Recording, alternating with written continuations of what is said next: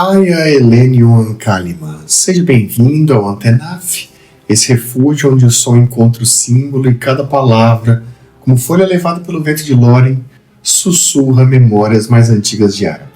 Eu sou Fernando e hoje eu convido você a atravessar comigo as brumas do tempo e do pensamento em mais uma jornada por entre as sendas da mitopoética, da filosofia e do imaginário subcriado de J.R.R. Tolkien.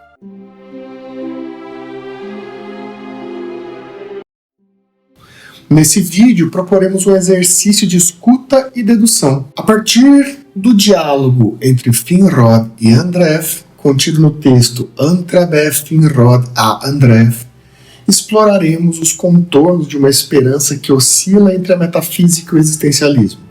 Será uma travessia entre abismos, da confiança ontológica à liberdade trágica, da Estel élfica à angústia dos homens, e claro, se você aprecia reflexões mitopoéticas, interpretações simbólicas e mergulhos filosóficos do legendário de Tolkien, não se esquece de curtir o vídeo e se inscrever aqui no canal Antenaf. E antes de começarmos, um aviso importante. Esse vídeo é mais uma análise simbólica baseada numa leitura mitopoética da obra de J.R.R. Tolkien e não se trata de uma descrição factual ou exaustiva, nem narrativa canônica do legendário. Em muitos momentos, parte do pressuposto que você já tem alguma familiaridade com os eventos, personagens e atmosferas do mundo subcriado por Tolkien. Se ainda não conhece esses conteúdos em profundidade, eu recomendo vivamente a leitura direta dos textos do próprio autor e também alguns excelentes canais aqui no YouTube mesmo, que se dedicam com rigor à cronologia e à fidelidade narrativa.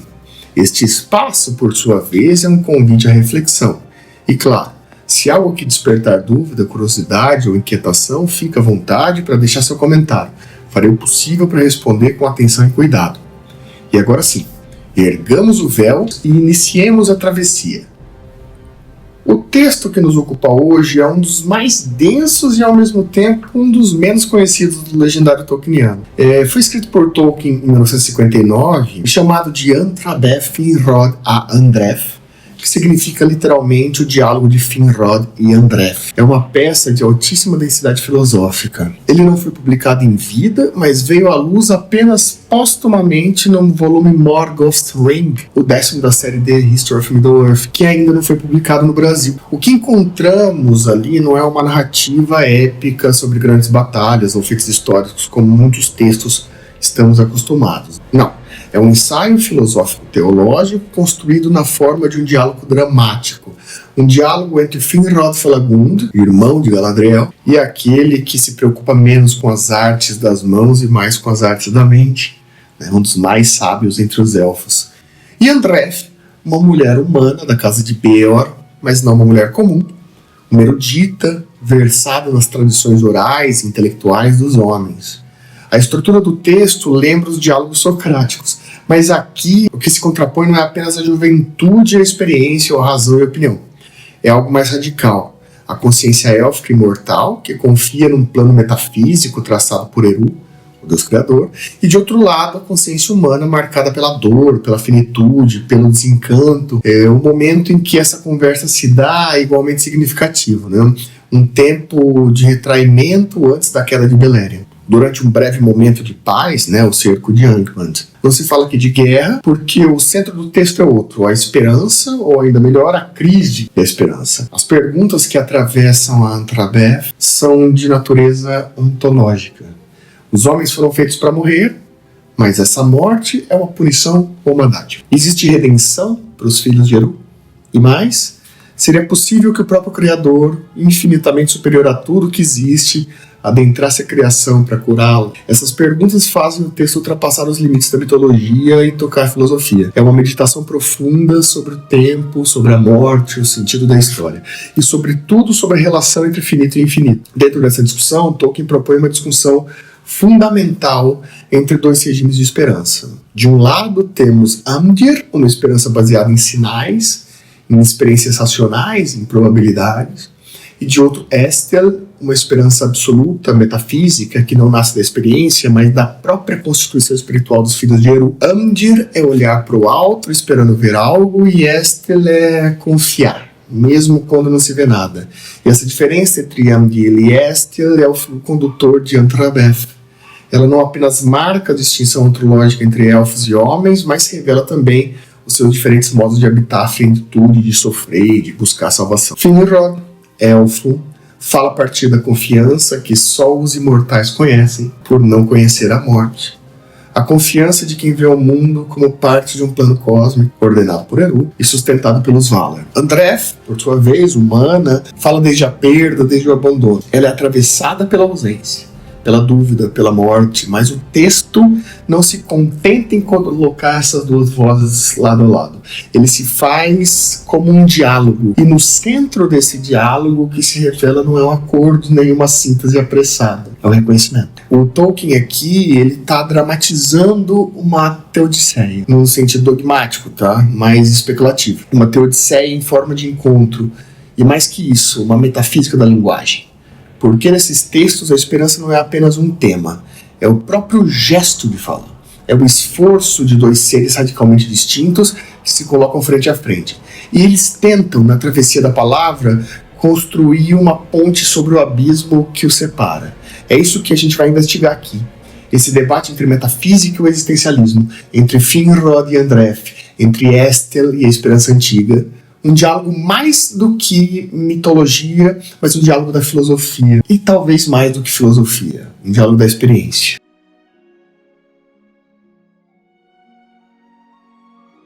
Bem, no primeiro eixo do nosso estudo, Finrod se coloca no lugar da metafísica. Uma metafísica ontológica, uma verdadeira ontologia da confiança. No cerne da Antrabeth Finrod, a Andred, encontramos o Finrod articulando uma concepção de esperança que ultrapassa os limites da experiência sensível, da observação empírica, da expectativa racional. É nesse ponto que Tolkien, pela boca de Finrod, introduz uma distinção fundamental entre dois regimes distintos da esperança, Amdir e Estiel. O primeiro, Amdir, é a esperança que se ancora no mundo. Ela depende de sinais, de probabilidades, de conjunturas favoráveis. É o olhar para o alto, o que busca confirmação.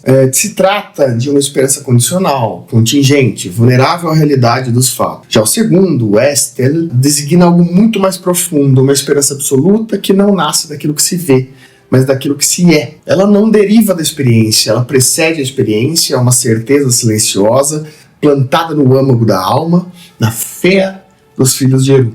E por isso mesmo que está ligada não à Arda, não ao mundo visível e corrompido, mas à sua fonte primeira, a fonte original, a sua fonte metafísica, né? O próprio Eru, o Criador. Quando Finrod diz que Estiel não é derrotada pelos caminhos do mundo, pois não vem da experiência, mas da nossa natureza e primeiro ser, o que ele está afirmando é uma metafísica da esperança. Uma confiança que não se apoia em evidência, mas em uma estrutura ontológica, que não depende do que acontece, mas daquilo que nós somos, que eles são. Né, por criação e por destino. Essa esperança radical encontra surpreendentemente um paralelo rigoroso que eu vou fazer aqui na filosofia existencial de Søren Kierkegaard. Né? Para Kierkegaard, a esperança não é apenas uma disposição psicológica, ela é uma exigência moral. E mais do que isso, uma exigência ontológica, uma exigência do ser. O sujeito esperançoso, para Kierkegaard, é aquele que, diante do desespero e da ausência de sentido, decide esperar. Mas mesmo quando ele falha, mesmo quando tudo parece negado, a esperança nesse sentido é um salto ético, um compromisso com algo que não se vê. Ela não nasce da evidência, ela nasce da angústia e da escolha de não se submeter ao desespero. Veja, essa concepção ressoa de forma direta com aquilo que Finrod expressa no Antrabeth, em uma das passagens mais tocantes para mim no texto, que ele afirma que mesmo diante do fim, mesmo quando tudo parece perdido, os elfos mantêm a Estiel. E por quê? Porque as suas almas sabem de algo que nem Morgoth consegue apagar. Porque é algo que permanece, um fundamento último, né, uma metafísica. E nas palavras de Finrod, numa tradução livre, esse é o último fundamento de Estiel, que guardamos mesmo ao contemplar o fim. De todos os seus desígnios, o desfecho há de ser para a alegria de seus filhos. Esse último fundamento não é uma projeção otimista, não é uma crença de que tudo vai dar certo. Perceba, é uma confiança absoluta na fidelidade do Criador e a sua criação. Uma confiança silenciosa, mas uma confiança indestrutível. E é justamente aí que a Estelle se aproxima do salto de fé kierkegaardiano. A esperança, tanto para Finrod quanto para Kierkegaard, se sustenta precisamente onde o mundo parece negá-lo. E, portanto, existe uma ideia central de que a esperança autêntica, a verdadeira Estelle, não é um reflexo das circunstâncias. Ela é uma aposta no absoluto, feita no exato momento em que todos os meios finitos falham. O Finrod não espera porque vê. Ele espera porque conhece sua própria estrutura ontológica, a assinatura silenciosa de uma promessa que antecede a história. Do mesmo modo, Kierkegaard nos diz que o sujeito ético só se realiza plenamente quando sustenta a esperança, mesmo no interior do silêncio de Deus. E é nesse abandono aparente que se revela a mais nobre das tarefas, né? Que é a tarefa de confiar. A esperança aqui não é validada pelos seus resultados, pela sua utilidade. Ela é justificada por sua necessidade radical, precisamente diante da desesperança. E essa proximidade entre Finrod e Kierkegaard não é meramente temática. Para mim, eu vejo que ela é estrutural porque permite que vejamos no Antrabet não apenas como um conto mitológico, mas como uma verdadeira ontologia da esperança. Uma esperança como experiência metafísica, um modo de ser que se sustenta para além da segurança dos meios, da lógica, das causas ou da previsibilidade do tempo. A Estelle, nesse sentido, não é uma expectativa futura. Ela é um enraizamento no ser. Uma forma de habitar o mundo com a certeza de que o mundo, tal como ele é, não é tudo. E essa diferença emerge com clareza no contraste entre Finrod e Andref. Para Andref, o silêncio de Eru é um sinal de abandono, é a marca da ruína dos homens. Mas em Finrod, nesse mesmo silêncio, se tem a prova da alteridade divina. Eru não vai responder nos moldes da Arda Imaculada, porque ele não opera por essa lógica. Ele não se ausenta, ele transcende. Por isso há em Finrod uma espécie de esperança trágica, não porque ignora a dor ou a morte, mas porque ele não as toma como as últimas. Elas não têm a palavra final. E a partir disso a gente pode propor que o Antrabeth inaugura dentro do legendário tolkieniano uma coisa rara, uma teologia negativa da esperança. Quero dizer, quanto mais silencioso parece Eru, mais necessário se torna confiar, mais alta se torna a fé. E essa também é a lição de Kierkegaard quando diz que quando Deus se cala, o homem que ainda assim espera realiza a mais alta expressão da existência espiritual. E por isso Finrod não fala como um místico, entregue às fantasias reconfortantes. Ele fala como um filósofo do ser. A Estelle dele é metafísica porque repousa sobre uma relação originária e indestrutível. A relação entre a alma, o Fea, e o Criador, o Eru. Mesmo em uma Arda Imaculada, essa relação permanece. Ela é o fundamento último da confiança. Ela não depende da história, ela não depende dos Valar, e não depende sequer do futuro. E como afirma Kierkegaard, retomando Romanos, 4:18, a verdadeira esperança é aquela que se sustenta contra toda esperança. Finrod, da mesma forma, sustenta que a Estelle persiste não porque o mundo a justifica, mas porque ela antecede o mundo. A esperança que atravessa a fala de Andref pode nos oferecer uma reflexão rara, uma experiência filosófica. Confronto direto entre a plenitude do ser e a ruptura da ontologia. É como ver dois tempos distintos da história do pensamento colocados frente a frente. De um lado Kierkegaard e de outro lado Sartre, mas encarnados na poética de Finrod contra Andref. Finrod, ao revelar a distinção entre Amdir e Estelle, tenta elevar Andref à contemplação de uma esperança que transcende o tempo sensível. Mas seu ensinamento, o ensinamento de Finrod, não vai produzir nela o efeito esperado. O que retorna a ela não é a reflexão, mas a recusa. Andref não se consola, ela não se converte. Ela é o nome da fissura que rompe o tecido estável da ontologia tolkieniana. A esperança, em sua fala, é trágica, não é garantida nem assegurada. É uma negatividade viva, suspeita, remanescente. É uma memória em ruínas de um sentido que talvez nunca tenha existido. É justamente essa recusa do fundamento que a aproxima de um existencialismo radical. Sua linguagem nos remete diretamente às categorias do L'être et néant do Sartre. Andref é uma consciência ferida. A melancolia de Andref diante da morte não é um mero sentimentalismo. É uma expressão de angústia estrutural, Os Edain são aqueles cuja existência não coincide com a sua essência. Ao contrário dos elfos, eles não estão ligados à eternidade de Arda. Essa separação nos leva ao conceito central de Sartre do ser para si, o l'être pour soi. Um ser que não é o que é e é o que não é. Um ser que existe como projeto, como abertura, como incompletude permanente. E nesse sentido, Andrath não é apenas aquela que sofre a finitude. Ela compreende como constituição de si. A morte para ela não é só o fim da vida biológica, mas é a inscrição de uma condição ontológica, uma barreira intransponível entre o humano e qualquer plenitude possível. Para si, vai dizer o Sartre, é sustentado pela presença interna do nada. Mas esse nada não é ausência passiva, é um ato ativo da consciência. É ele que permite o distanciamento, a recusa, a negação. É ele que dá à consciência a possibilidade de não aderir ao que é dado. E por isso Andrath é existencialista. Ela exerce essa negatividade com lucidez. O nada em seu coração não paralisa, ele projeta, ele transcende. Quando Andrath recusa a esperança metafísica de Finrod, ela não abandona a esperança. Ela rejeita a esperança com garantias. Ela substitui a certeza do ser por uma fidelidade à negatividade. E o que ela vai chamar de antiga esperança não é sustentado por nenhuma ontologia, mas persiste como um gesto ético, como resistência. Esse paradoxo é central. A antiga esperança não é uma negação da Esther, é o contraponto trágico da Esther. Ela nos diz que os Zatani acreditavam sim em algo metafísico, que mesmo os feridos pela morte, havia entre eles a esperança de que Eru entraria em Arda e curaria toda a desfiguração dos homens, desde o princípio até o fim. Mas Andrath não aceita isso sem questionamento. Sua pergunta é implacável. Como poderia Eru adentrar naquilo que ele mesmo criou, sendo ele infinitamente maior do que isso? Poderia o cantor entrar em sua canção, ou o desenhista em sua pintura? Isso não estilhaçaria Arda? Ou, de fato, toda Ea? Essa recusa não é apenas teológica. Vejam, ela é ontológica. Andrath não nega a salvação, ela recusa a forma metafísica da salvação.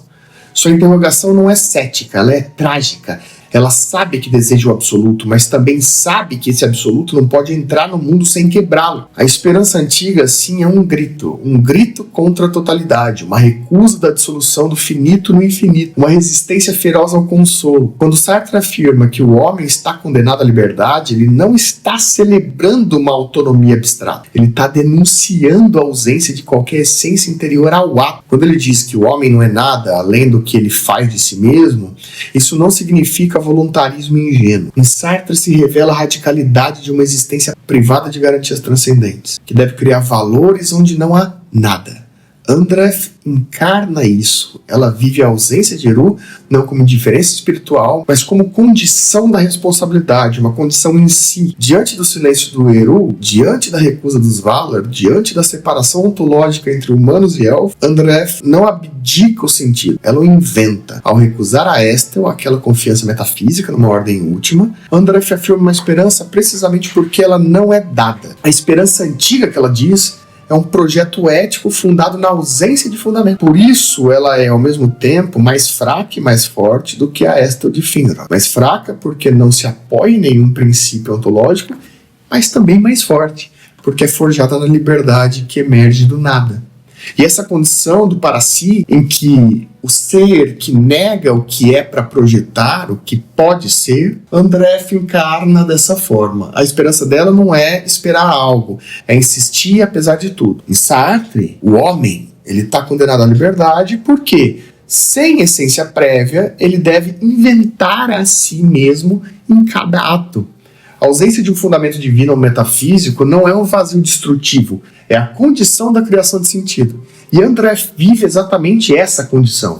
Ela não se curva à ausência de Deus, ela não é derrotada pelo silêncio dos Valar, ela não aceita o abismo entre os homens e elfos como uma paralisia. Ela recusa a abdicação. A sua liberdade, como de todo o ser para si, é angustiante, porque é sem garantias, mas também é radical. Porque é a partir desse nada que o humano se torna capaz de criar valor. A esperança de Andrath, então, é valor criado onde não há valor dado. Em O Existencialismo é o Humanismo, Sartre responde aos que o acusam de niilista, dizendo que se Deus não existe, senão a natureza humana essencial, então o homem é radicalmente livre e responsável. Ele diz que não tem determinismo, que o homem é livre, o homem é liberdade. E Andreff vive isso até o fim. No momento mais intenso da sua fala, ela não afirma a fé na encarnação. Ela evoca o rumor de sua possibilidade. Ela sabe que esse rumor é apenas isso, uma memória fragmentária. Mas ainda assim, ela o mantém. O que preserva não é a crença teológica, é a fidelidade ética. Fidelidade é aquilo que poderia redimir o humano, mesmo que nunca venha. Essa angústia final diante da velhice e da impossibilidade de estar com a Egnor, o irmão de Finrod, não é uma tragédia romântica, não é Beren e Lúthien, não é Túrin, mas é o resultado direto de sua liberdade ativa. Uma liberdade que, ao invés de ser dom, é carga, é tarefa, é condenação e possibilidade ao mesmo tempo. No fim, a Andreff se revela como a expressão mais rigorosa do sujeito existencial. A esperança dela não é conciliadora, ela é crítica, ela não nasce do ser, ela nasce da sua negação. É negativa, mas não é niilista, ela é trágica, mas não desesperada. É esperança que não consola, mas que exige ação, dignidade, criação. Ela é, como diria o Sartre, um gesto ético de liberdade absoluta diante da ausência absoluta. E ao negar a esperança metafísica, Andreff inventa uma esperança ética, uma fidelidade sem promessa, uma fé sem teologia, uma liberdade sem essência.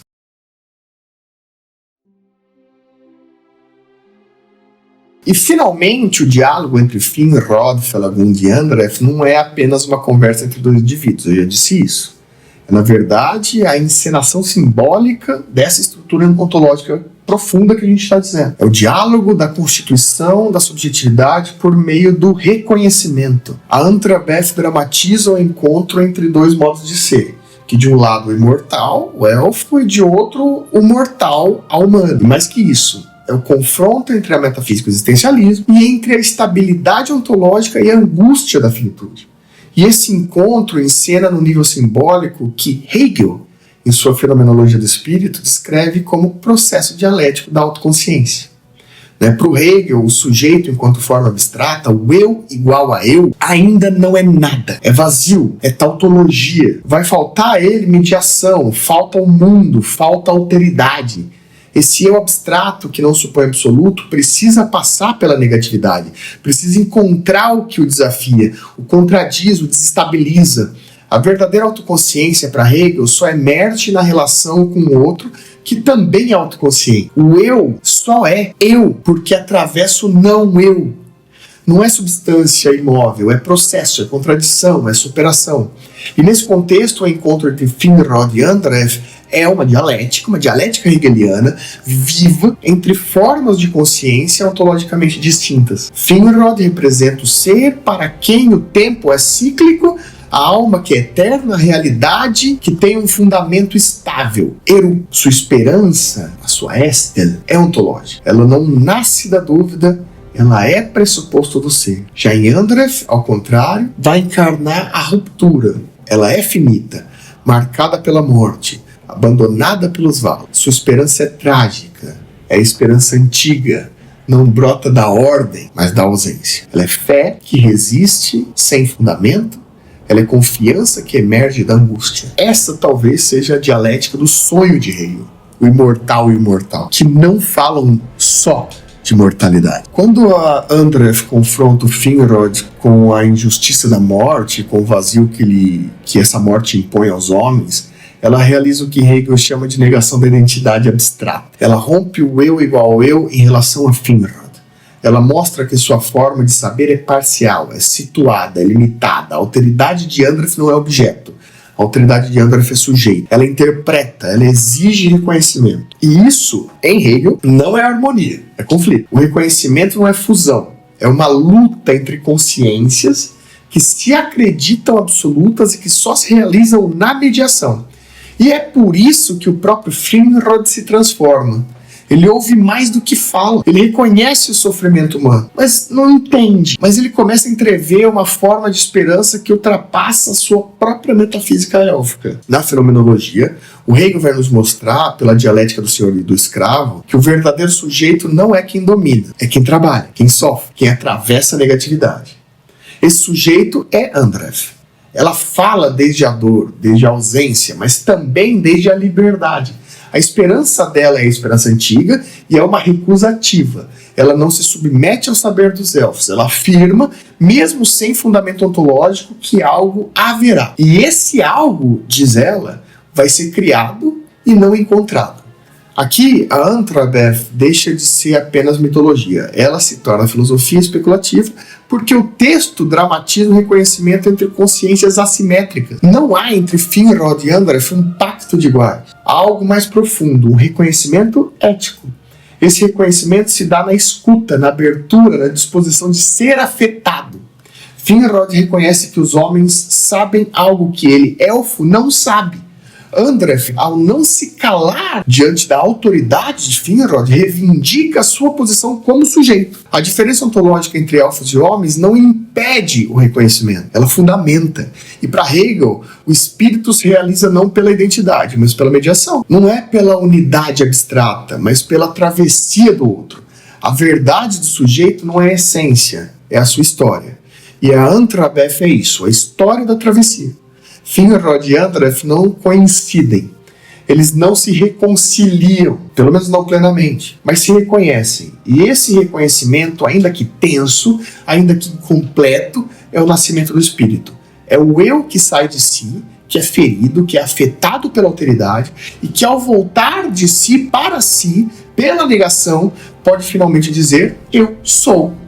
E essa ideia ressoa como o momento mais filosófico da obra.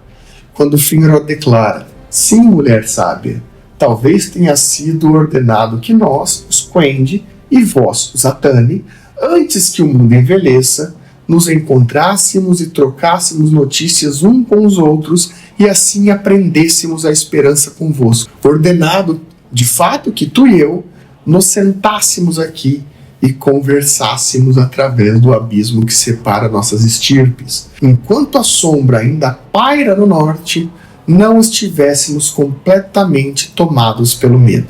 E é nesse abismo, entre o ser eterno e o ser mortal, entre a Estel e a esperança antiga, entre o eu igual a eu e o eu que atravessa o outro, que nasce o reconhecimento. E com ele, a possibilidade de um espírito que é verdade, porque se nega, porque se fere, porque se transforma.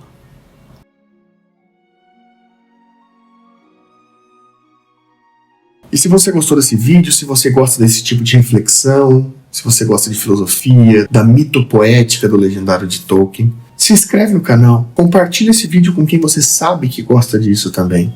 Curte o vídeo e a gente se vê no próximo vídeo. Dessa vez eu demorei 2 semanas para postar, meu trabalho me consumiu muito. É final de semestre, semana de prova, correção de provas, então eu demorei um pouco mais, mas eu volto. Namari.